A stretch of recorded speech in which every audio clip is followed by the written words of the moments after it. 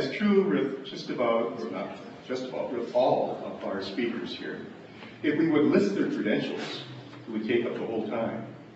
So really it suffices right here to say for Tom is that he got the 2005 Nobel Prize in Economics, and he also will be the Chancellor's Distinguished Professor here on March 6th.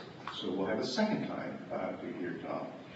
When I sent the telegram to, I got caught. Howard got me thinking telegram. When I sent the email, that's what we use nowadays. When I sent an email to Tom and asked if he would be willing to come here and to talk about do some RAPA, within minutes I got a response.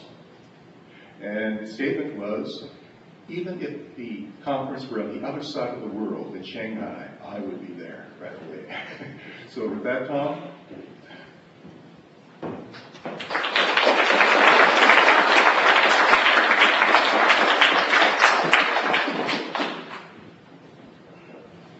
I don't like to contradict, I'm sorry, but he gave a definition of game theory using the words the mathematical study of. I have 3 items of evidence against that. One is that Avinash Dixit, who was on this program, produced an excellent textbook in game theory about 7 or 8 years ago, in which he said in his preface, you don't need any math beyond high school algebra. In fact, he said all you need to know is how to solve 2 simultaneous equations in 2 variables. And you don't even need the 2nd year of high school algebra. Second, Howard Raper just demonstrated the use of game theory in the development of game theory.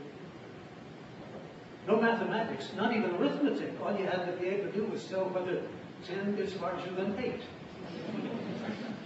And the third thing is that the Nobel Selection Committee referred to my having enhanced our understanding of conflict and cooperation through game theoretic analysis.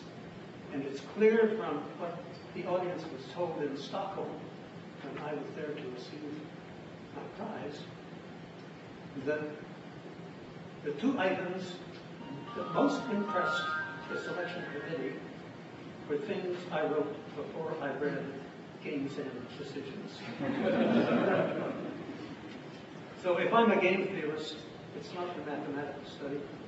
I had planned to spend a little time discussing why I think the preoccupation with mathematics has been somewhat unproductive or at least constraining, but I won't bother because I think I have demonstrated that it need not be mathematical, even though the preface to Games and Decisions says exactly that. It's the mathematical study of interactive decision making.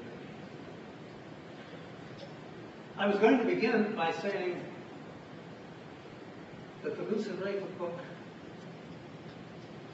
almost certainly was an essential prerequisite to my getting a Nobel Prize. Because after I wrote the 2 things that were free of any game theory, I managed to write a lot more things using very simple game theory that I think attracted a lot more attention and carried the work I had done a lot farther. And but if you ask me, what is the most important thing I ever learned about game theory, especially from the Lucid Raper book, I was going to spend 5 or 10 minutes saying it was the value of matrices.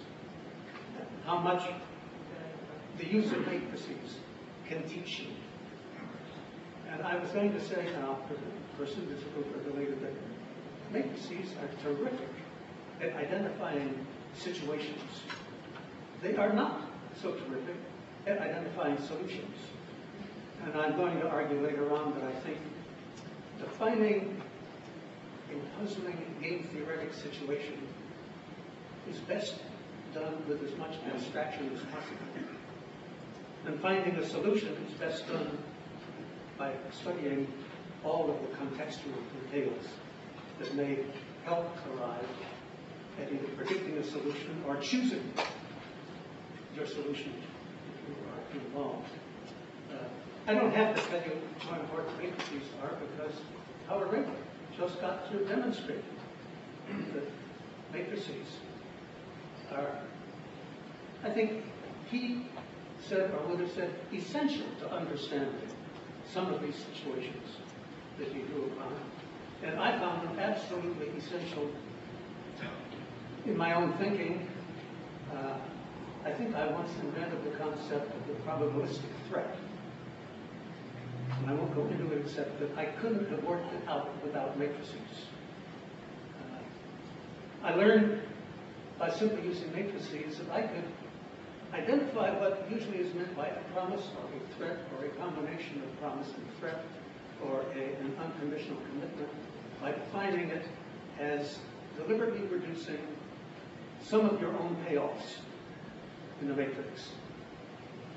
This is something that Dan Ellsberg discovered at the same time and wondered whether I had plagiarized that. I didn't know.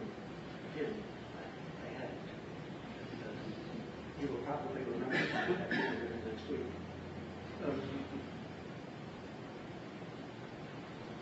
I got interested once in what I call the reciprocal fear of surprise attack. If you think somebody is about to shoot at you and you are armed, you may fear that he thinks you're about to shoot him and therefore he has to shoot you in preemptive self-defense. So you better shoot him in self-defense. And I wondered how thinking this way could lead to a kind of a cascade in the course of which the probability of one or both shooting would increase. It took me a month working every day on this until I discovered that it was essentially a problem of fallible warning systems. With any warning system, there are two types of error. You can react to every false alarm, and that may be expensive or dangerous. Or you can fail to respond when you should respond. And this came up shortly after September 11th. I was on a committee of the National Academy of Sciences on science and technology for counterterrorism. And I discovered that in thinking about responses to evidences of some kind of imminent attack, it hadn't occurred to anybody on the committee that there were these two types of errors. And in fact, one of the difficulties with a very sensitive warning system is that you get so many false alarms that pretty soon people don't take the alarms seriously. And therefore, you have to do what later in the talk I'm going to call gaming the system. You have to think through how people will react to the system once it's there. And as far as I can tell, nothing in the war on terrorism is being done to think about the strategy of tuning the warning system for sensitivity, especially to think about how the public may react. And I once had to work on an article in the field of arms control, and I did something that I found absolutely essential. I was interested in what are the circumstances in which two hostile potential enemies might be interested in arms control. And I said, I'll simplify it, let's make it a binary choice, to have or not to have bombs in orbit, gas weapons, whatever it may be. And I tried to think of all the different situations. And finally I decided, well, I'll work it out in the matrix. And I found that for an individual, there were 6 matrices that were possible if one, whether one had the weapon or not, always preferred the other side not to have it. And then I found that one of these was implausible in the field of international relations, and another one of the 6 was redundant if the first was implausible, and I ended up with 4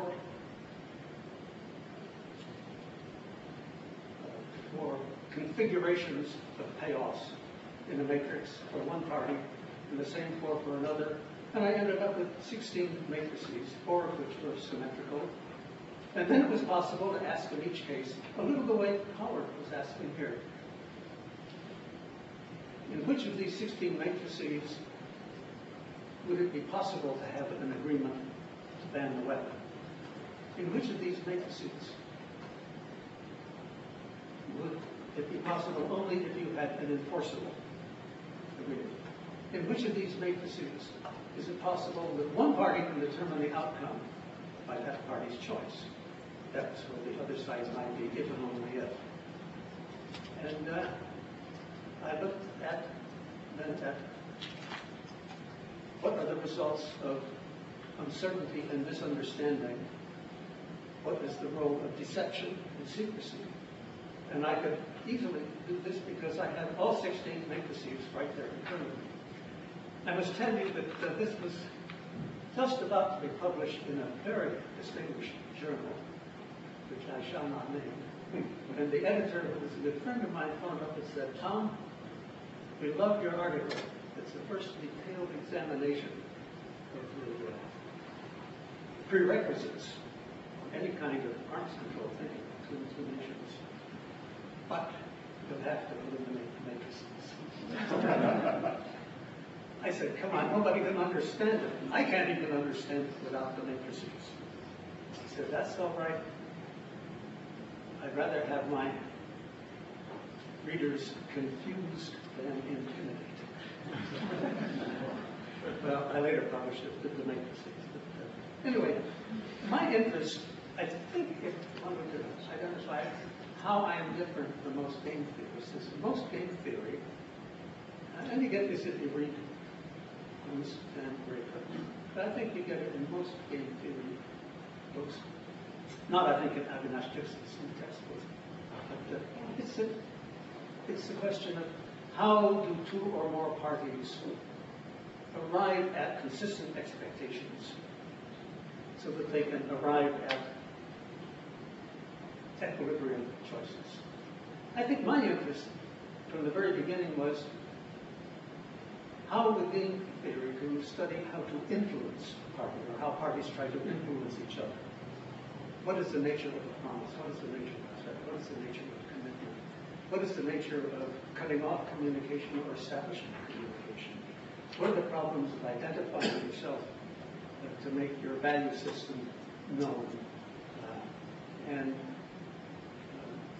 As a result, I use matrices not so much to look for equilibrium as to look for things that one party could do or both parties could do to improve the outcomes for themselves.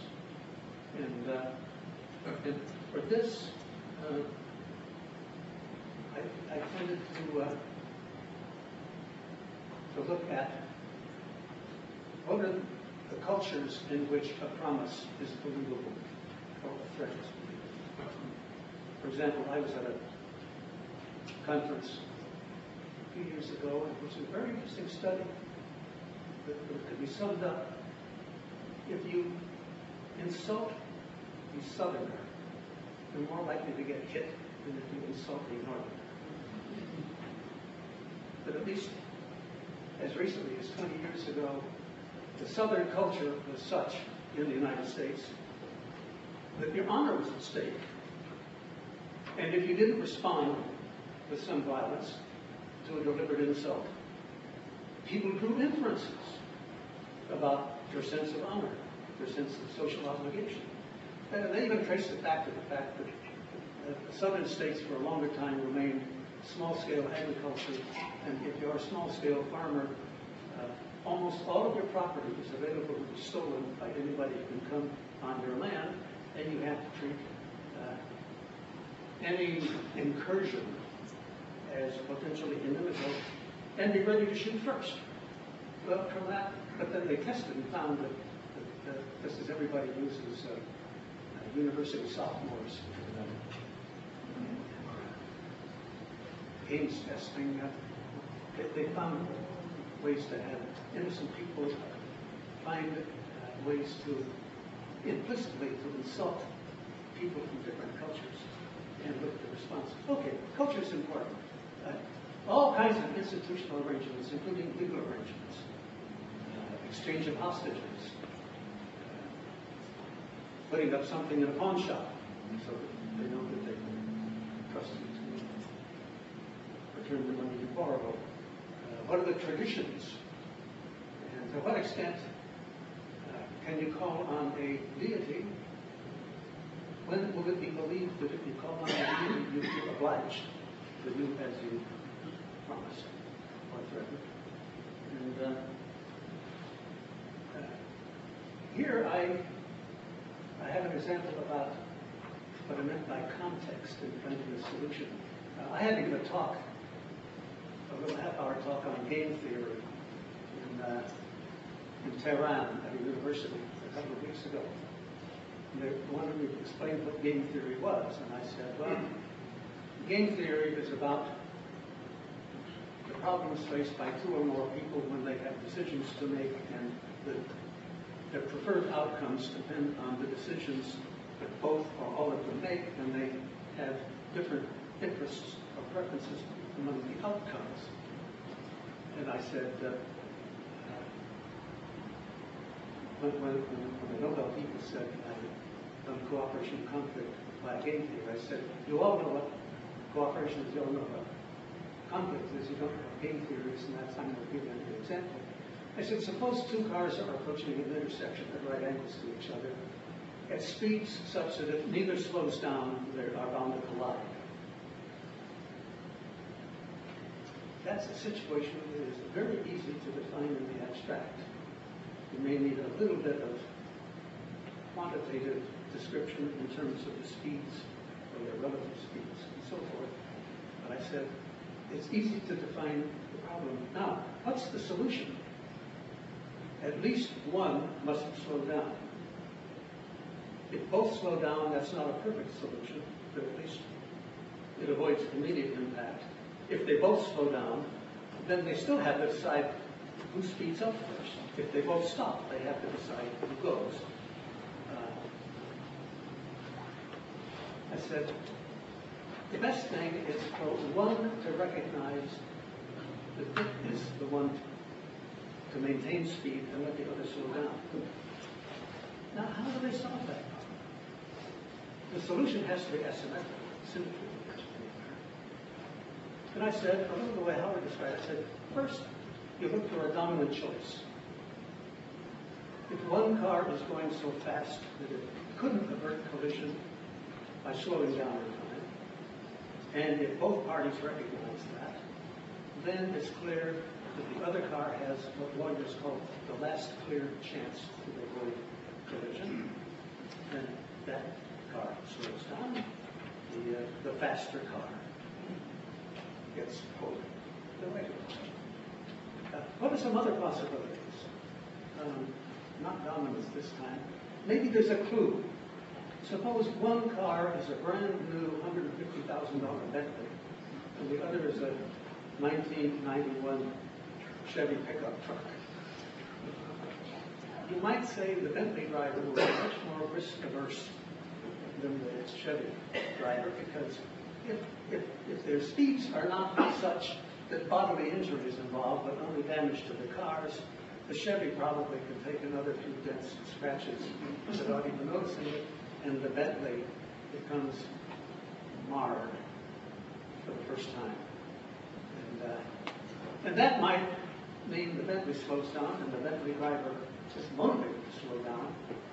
He's so risk averse. On the other hand, if that becomes believed, then it might constitute a rule, because if the Bentley driver is so thoroughly insured that if he gets a scratch, he gets to go pick out a brand new Bentley at no expense to himself, but that isn't known, he will know that the Chevy driver expects the Bentley driver to do the slowing down. Similarly, if one car is a taxi, it is often believed that taxi drivers are worried less about the quality of the external parts of their car than other people, and the taxi is accorded the right of way. And even if that is no longer true of taxi drivers, that may be part of the continuing culture, that it is sufficiently believed by taxi drivers that other people believe that about taxi drivers, the taxi drivers will take advantage and assume that the other will slow down. What about if there's a rule? If there are no clues, can you think of a rule? Well, ladies first is okay if gender is visible between the cars. That's a possible rule. One might be the car approaching on the other's right has the right of way. When I was young, that was believed to be a rule. I never knew whether it was a legal rule or a customary rule or whatever, but I find that there are lots of people, even in my children's generation, who have heard of the rule, two cars approaching at right angles, the car on the other's right gets to go first. And I perceive that there are drivers who abide by that rule, whether or not there's any legal significance to it. So if there is a rule, it's good to know the rule, and it's good that there be a rule. Another rule is if the lights are red, stop. If the lights are red, keep going. Now, if I lived near an intersection and nobody had jurisdiction over the intersection, I could beneficially go out and put up a set of lights, red and green lights. It would alternate the way traffic signals usually do. I could put up a huge sign that said, these lights are benefit of Schelling, who has no authority whatsoever to enforce them. There is no jurisdiction that approved of it, let alone will enforce it. It is just here in case you would like to know who should go first if you meet at the intersection. And I have a hunch that that would be just as impressive as having a sign that says these lights were installed by the municipality of such and such and will be legally enforced, maybe even by a photographer or something of the sort. Then there's the question of signaling. Is there any way that the two cars can signal each other? One I think that works is that if somebody honks his horn loud and flashes his bright lights, that is likely to be taken to mean, look out, I'm coming at you. That, on the Autobahn in Germany, it used to be that if anybody approached you from behind with his lights on, that meant he wasn't going to slow down, you better move over. And I think in the United States, Greyhound buses used to do that. They rode with their lights on so that you wouldn't mistakenly see them in your mirror and think they were approaching you slowly. The lights meant I'm approaching faster than you think. But of course, signaling runs into the problem that you may simultaneously signal. And if you both flash your lights and honk your horns, you don't yet have a solution, but at least you can keep looking for one. And then an interesting question that always occurs to me, would it help if we had full walkie-talkie type communication between cars in an intersection? Or among cars that are trying to get out of a jammed parking lot as quickly as possible? I tend to worry, I don't know, but I tend to think communication would make it too easy for people to command or demand. And if you get two people each insisting on his right-of-way, you're in trouble. I once was driving home from Harvard about 30, 40 years ago, and the car in front of me was going to make a right turn, and the car coming on the right was making a left turn to where I was coming. And the left turn car started too soon and became front to front with the right turn car. And I stopped momentarily and decided, they're going to take so long, I think I'll pass them and go on. And then I said, no, I teach a course in game theory. to stop my car and watch and see what happens. And I timed it. And for 17 minutes, until a police car, and they wouldn't come back up. I'm a little afraid that's what kind of thing that full communication might lead to. I'm supposed to turn on, I was all away from home. I had my wife going to buy a new one because the battery was dead, and I forgot to turn it on. So how much time do I have left? 15 minutes. Okay.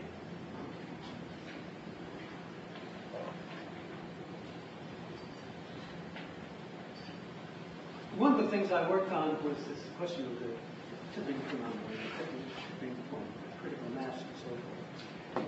And I think Morton Rodson's developed the terminology, and he identified that most people had it. I think tipping point was originally defined with respect to neighborhoods being invaded by some alien kind, whether it's going to be Hispanics or Portuguese or African Americans or Catholics or whatever.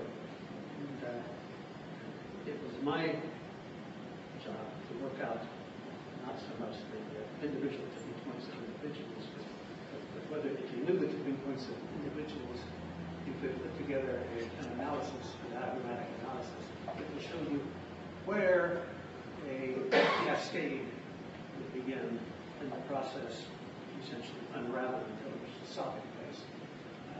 In order to do that, I had to ignore the possibility of anticipation. Because if you anticipate the neighborhood is going eventually to be evacuated by most of the original people, then the sooner you move out, the less property value you will lose by being late. And I think there was a lot of evidence in the descriptive literature that anticipation, or call it speculation, was very, very important. I found it very hard to work that into my model, and I think this is something, a very general phenomenon that game theorists would be good to take seriously. The related thing is, what is the signal that lets people know that that cascade is going to occur, or that collapse is going to occur? There are interesting signals. When Batista was in charge of Cuba,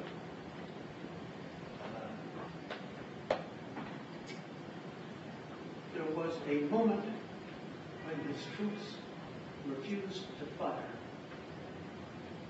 on the revolutionaries who later put the power turned there. Within 24 hours of the refusal of soldiers to fire on civilians, most of the wealthy and most of the authorities in Havana had grabbed their jewels and their cash and gone to the waterfront and got on boats and evacuated. That was perceived to be the end of the Batista regime.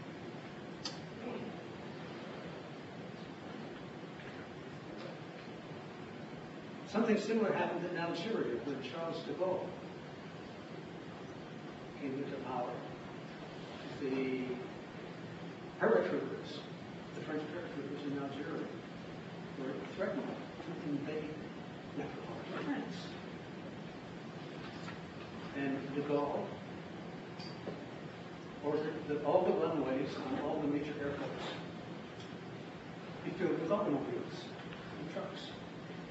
And even got taxi drivers, just as at the Battle of the Marne in the First World War, the taxi drivers volunteered to take the troops out to the Marne to defend. Taxi drivers all over France drove their taxis onto the airfields so that the paratroopers couldn't land. And that became the signal to the, I forget what they were called, the French in Algeria, OAS. The OAS. Say it louder. The OAS was the Secret Army Paratroopers Organization. OAS. OAS, yeah. Anyway, that failure to invade, the failure being the result of mass demonstration in France, was the signal that eventually the French were going to lose the war. And that's when French, the word I was thinking was, what were the French called, who had been born in Algeria. Pied Noir. Yeah, Pied Noir, Black feet. They all began to leave, and I think within a year or two, they left Algeria. It's very interesting to see how a multi-person need to converge on a solution can be triggered by something that is so recognized as a signal that once the signal occurs, you can't wait to find out whether it's going to work, because if you wait, you're too late.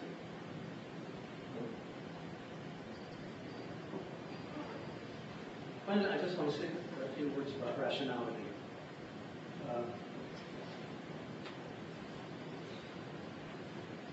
My partner in the Nobel Prize, Johnny Amman, doesn't believe that behavioral economics can possibly go anywhere. He thinks rationality is everything. I think rationality is a lot, but not quite everything. I often use the example, the magnetic compass is a wonderful device. Almost anywhere on Earth, they give you an approximation to where north is. And if you know your location approximately, so that you can make a correction, it'll give you your location. It'll give you north with a lot of accuracy. But if you're anywhere near the north magnetic pole, the needle can point in any direction. And if you happen to be between the north magnetic pole and the north rotational pole, your needle will point exactly south. Now this means that it's very important to know how to use a compass, and if you're willing to rely on that, it's also very important to know when and in what circumstances you cannot trust it. And I tend to think that one of the advantages of the kind of thing that Dan Kahneman, who also is a Nobel laureate, and Amos Tversky, his deceased colleague, did, was to look in a controlled way at what kinds of rationality postulates you can relax and still have systematic analysis. After Amos Tversky died, I was invited to a commemoration conference at Stanford, and I began my talk entitled Amos Tversky, Defender of Rational Choice. I said that Tversky understood rational choice. He recognized that there are some circumstances or some individuals who are exceptions, and you will make better use of rational choice if you know when it is likely to lead you astray, like the magnetic compass can lead you astray if it's coming from the magnetic pole. And I tend to think that it's a little bit difficult to identify rationality, because if you point a gun at me and say, toss me your wallet or I'll shoot, I may be deaf. I may not understand English. I may be crazy. And I may not even know what a gun is. And the question is, which of these are departures from rationality? Is deafness or blindness or disablement a departure from rationality? It means that either you can't understand or you're incapable of responding rationally.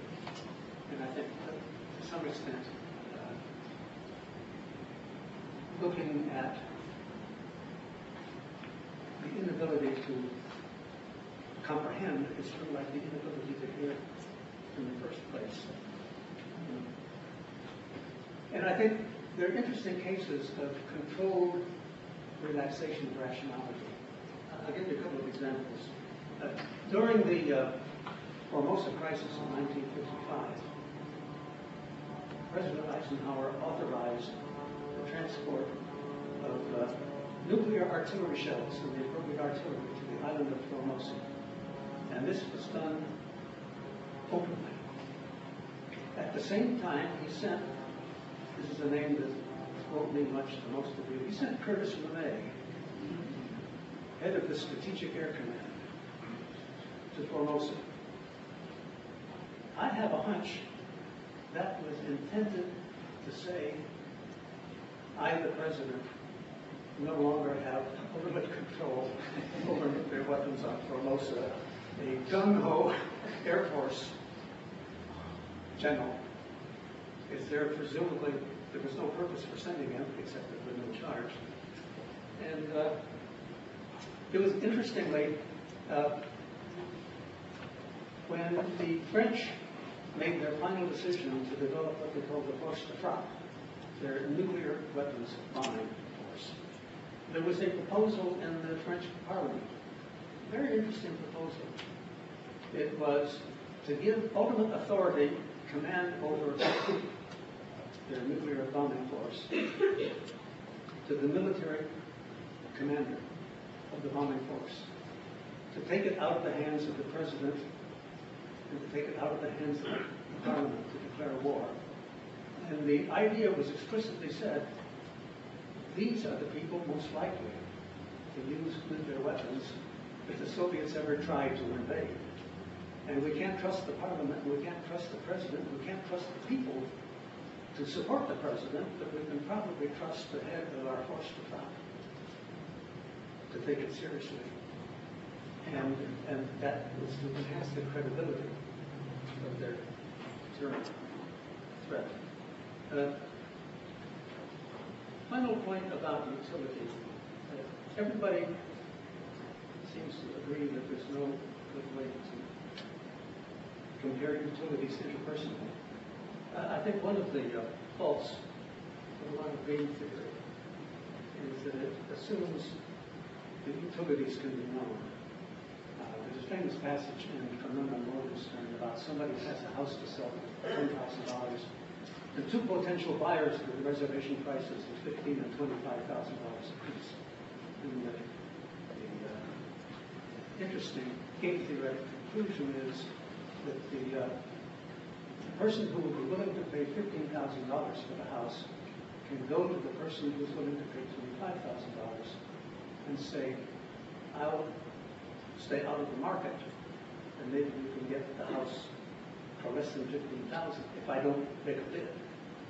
And then they conclude that the most that the $15,000 person can collect from the $25,000 person is some fraction of the $5,000 difference between 10 and 15. Now the question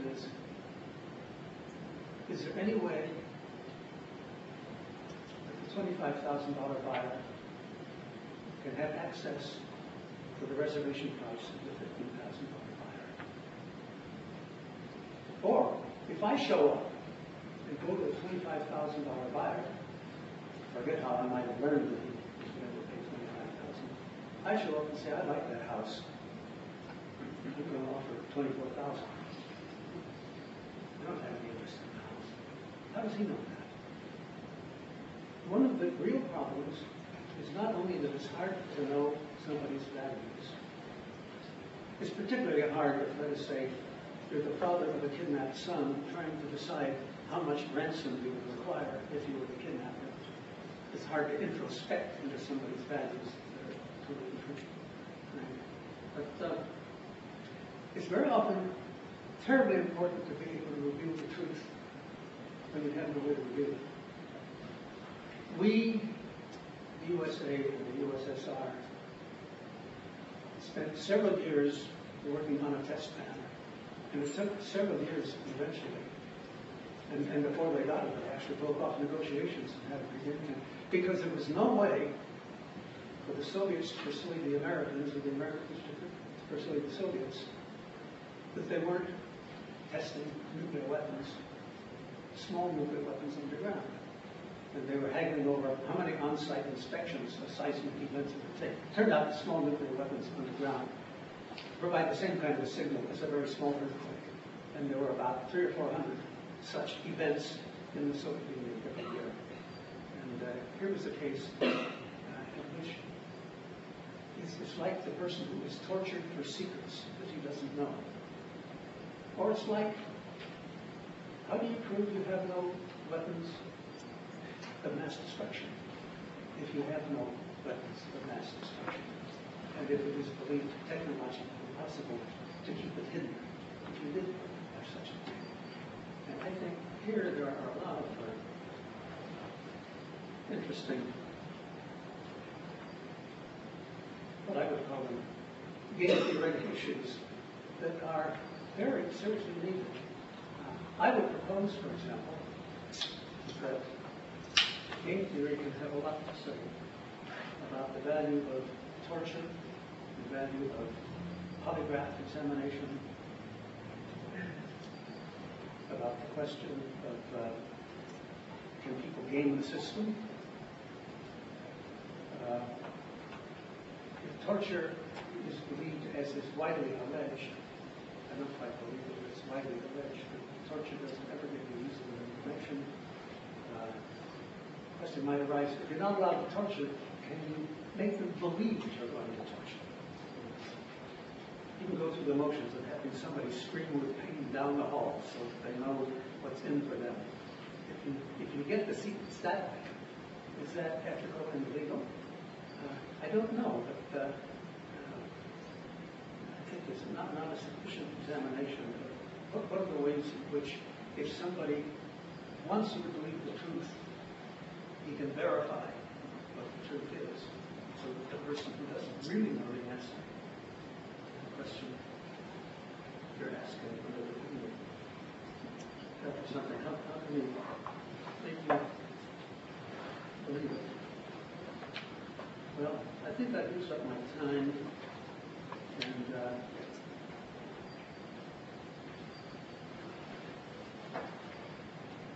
I'll give you one more example of the gaming system. By gaming the system, I don't mean having a war game, a business game to play it out as a game. I mean thinking your way through game theoretically. That's a commonly used term. I was in Singapore some years ago. Singapore has a mandatory death penalty for anybody convicted of dealing in drugs. It is so strict that when a Dutchman was going to lose his life for being picked up in the airport on his way from someplace else back to the Netherlands, they picked him up, they condemned him to death, and the Queen of the Netherlands flew all the way to Singapore to plead for his release. And they sent her home without any satisfaction. It's that kind of, when you drive across the bridge between Malaysia and Singapore, it's about a 1 kilometer bridge. The first thing you see when you get to the Singapore side is a large sign that says, death to drug dealers. Now, they didn't game it out in advance. I talked to the dean of the law school at the University of United Kingdom. He said it took them a long time to discover that people who wanted to commit murder, it was what he called gaming the system. They would hire somebody to plant drugs in the middle. The first time they learned it, it was an estranged wife who was trying to hire somebody to put drugs in her husband's apartment. This is, the simplest kind of murder you can imagine. And if you don't leave any fingerprints, when you call into the police to say, I believe somebody has drugs in his apartment, you don't even need to leave your name.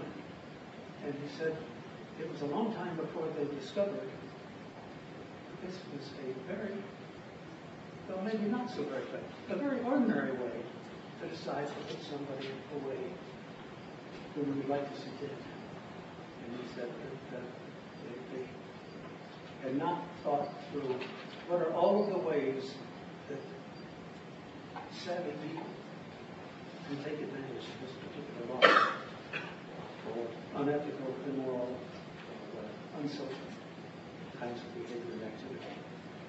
And I think this question of Singapore, the question of polygraph, the question of warning systems, all requires gaming the system, because there are people out there who will game the system. I learned another one in Tehran. In Tehran, I couldn't get CNN or BBC or a couple of other English language stations because they were all scrambled on my TV screen. Whether they were scrambled all over the city or just in my hotel or just in my hotel room, I never really found out. But I did verify from somebody that it was deliberately scrambled and not affected television. But I was told that about 15 million people have satellite dishes on their roofs throughout Iran. And every year or so, police arrive and confiscate the dish. And the dishes don't cost much. And so they go right out and buy another dish, knowing that it'll last a year or two and then the police will come again. And then the question was, why are these dishes so cheap? And why aren't people prohibited with penalties from putting satellite dishes on their roofs? And the going hypothesis among the people who thought about it is that the confiscated dishes are being sold on the black market by saying them down, and apparently the authorities haven't caught on that. Well, I didn't do it.